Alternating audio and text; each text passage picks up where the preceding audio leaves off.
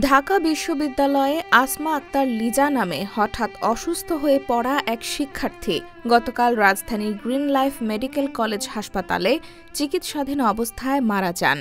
এর আগে বৃহস্পতিবার হলে অসুস্থ হয়ে পড়লে হাসপাতালে নেওয়া হয় তাকে।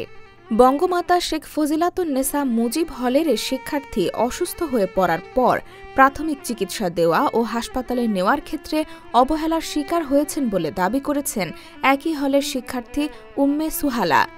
শুক্রবার ১৫ আগস্ট সামাজিক যোগাযোগ মাধ্যম ফেসবুকে এক স্ট্যাটাসের মাধ্যমে তিনি এ দাবি করেন। ফেসবুক স্ট্যাটাসে উম্মে সুহালা লিখেন, আজকে আমার হলের লিজা আপু মারা গেলেন। এর পেছনের এক বড় কারণ অবহেলা। জীবনের কোনো এক প্রহসনের কারণে ঢাকা বিশ্ববিদ্যালয়ে চলে এসেছি। তিনি বলেন, এখানের কর্মচারীরাও হলের মেয়েদের চেয়ে ভালো জীবনযাপন করে। হলে এক ডাক্তার থাকেন যাকে সময় মতো কখনোই পাওয়া যায় না। তার কাছে আছে ৩টা ওষুধ, একটা নাপা, অ্যান্টাসিড আর প্রেশার মাপার মেশিন। শ্বাস নিতে পারছেন না এমন রোগীদের সে বসে বসে প্রেশার মাপেন। উম্মে সুহালা অভিযোগ করে বলেন, গতকাল লিজা আপু স্ট্রোক করেছেন সেটা বলার জন্য হলে ডাক্তার ছিল না।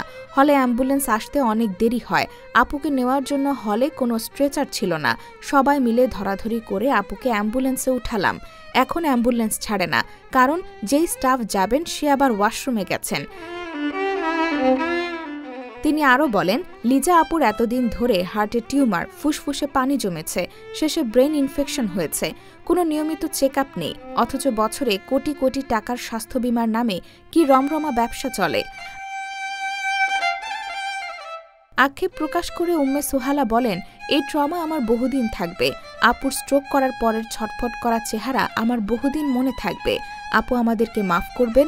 আপনার সহপাঠী হিসেবে আমরা ব্যর্থ, আপনার ইনস্টিটিউশন ব্যর্থ।